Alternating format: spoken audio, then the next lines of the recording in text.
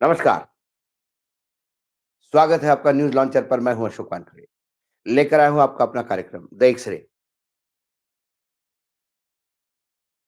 चीन ने एक ऐसा रडार ऐसे जगह पे स्थापित किया जिससे भारत का हर मिसाइल परीक्षण, भारत की हर एक्टिविटी पे वो निगरानी रखेगा। इसे हम जासूसी भी कह सकते हैं। ये इतना सब कुछ हो गया और हम कुंभ में डुबकी लगाते रहे। जब एक खबर आई तो मैंने एक्स-रे से देखी तो मुझे बंगाल की खाड़ी ही नहीं, हिंद महासागर भी असुरक्षित दिखाई दे रहा है। चीन ने हाल ही में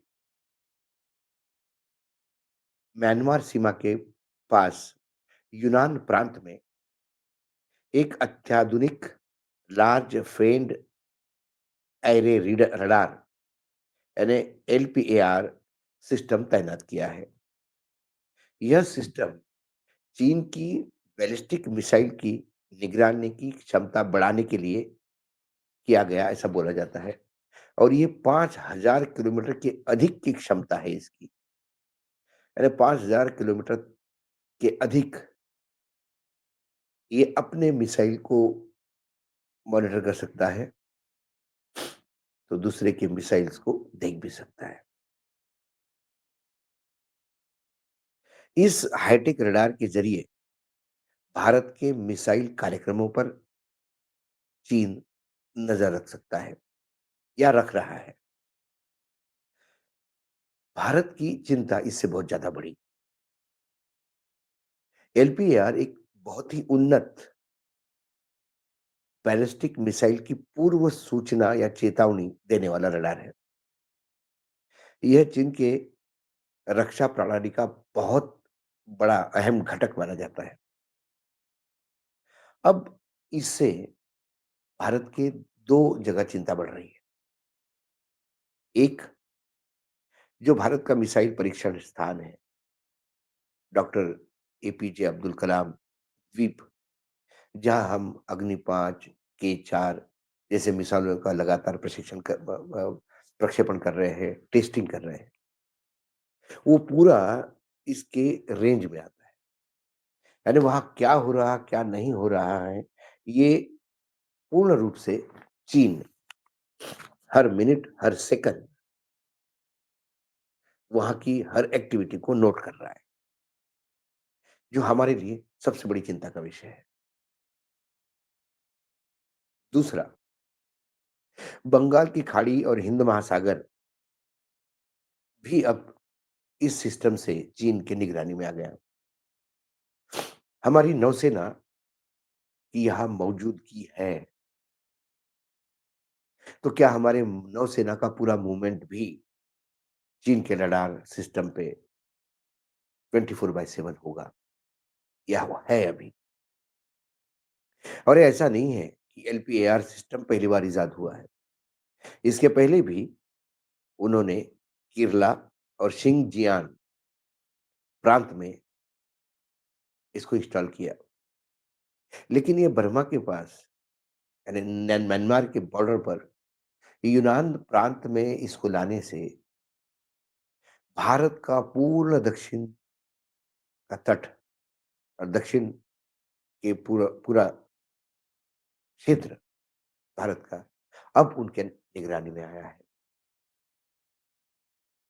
ये सबसे बड़ा चिंता का विषय है। एक तरफ एयरफोर्स की बात करें तो 5th जनरेशन की एयरक्राफ्ट की टेस्टिंग कर उसको अपने बेड़े में शामिल कर रहे हैं।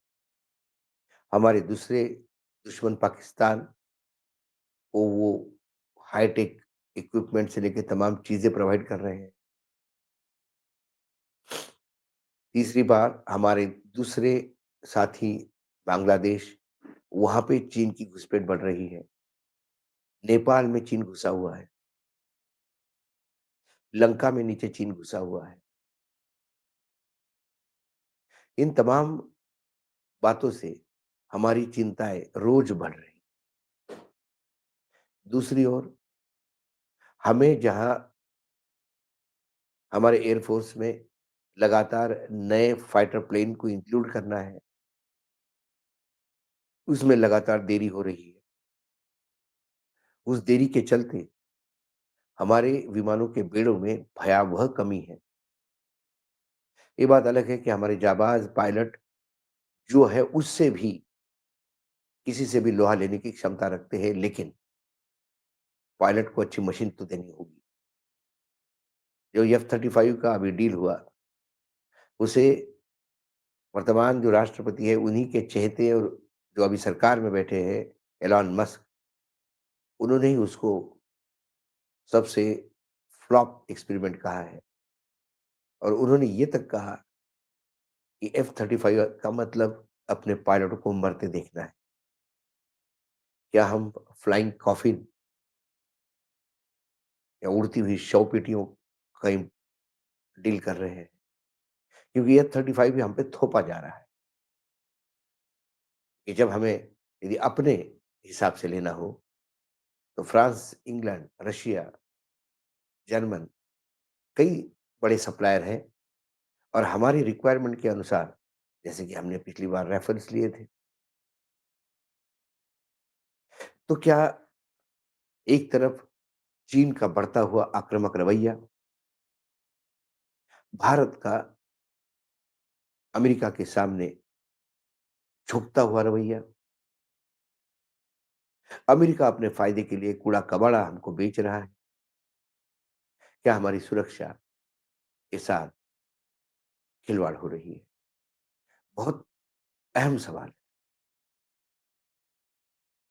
और इसके चलते आज हमारी सरकार मौन है क्योंकि सरकार क्या चीन की लड़ाई अमेरिका पे छोड़ रहे हैं? अमेरिका रशिया से दोस्ती करना चाहता है, अमेरिका चीन को बड़ा दुश्मन मानता है।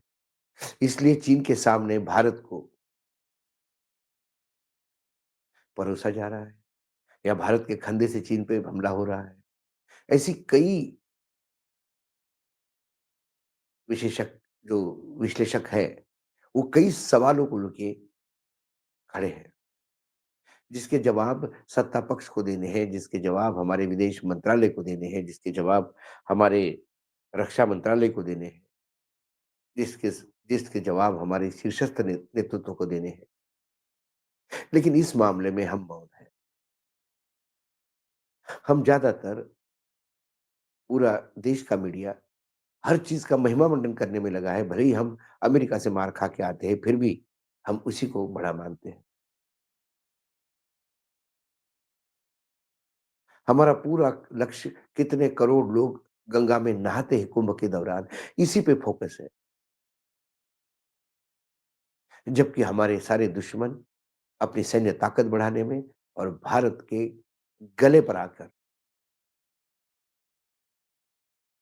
हाईटेक रडार स्थापित कर भारत को पूरे निगरानी में ला ला चुके हैं और हम चुप हैं। क्योंकि अब हमें युद्ध का सामान भी खरीदना हो, सैन्य के लिए सामान भी खरीदना हो, तो हमें अमेरिका को प्रायोरिटी देनी होगी कि एक बार आपने अमेरिका को अपनी गर्दन पे वो पंजा कसने दिया, फिर वो कसता ही जाता है। आज पूरा देश जिनके तक ये खबर जाती है, वो चिंतित होता है। चाहे उद्योग जगत हो, चाहे किसान हो, क्योंकि किसानों के बेटे ही ज़्यादातर फौज में हैं, चाहे सामान्य इंसान हो, जो इस देश के प्रति प्रेम करता हो। सभी के लिए सवाल है कि हमारा देश जागेगा कब? हमारा नेतृत्व कब इन प्रायोरिटी वाली एरिया पे ध्यान देगा? ना कि नॉन प्रायोरिटी एरिया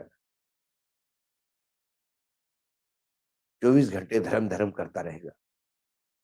सवाल ये है, क्योंकि जब आपत्ति आती है या कोई विपत्ति आती है, कोई क्राइसिस आते हैं, तो फिर कोविड जैसी स्थिति में हमने देखा, मंदिर बंद होते हैं और अस्पताल शुरू रहते हैं। तब टेक्नोलॉजी काम आई, तब साइंस काम आया,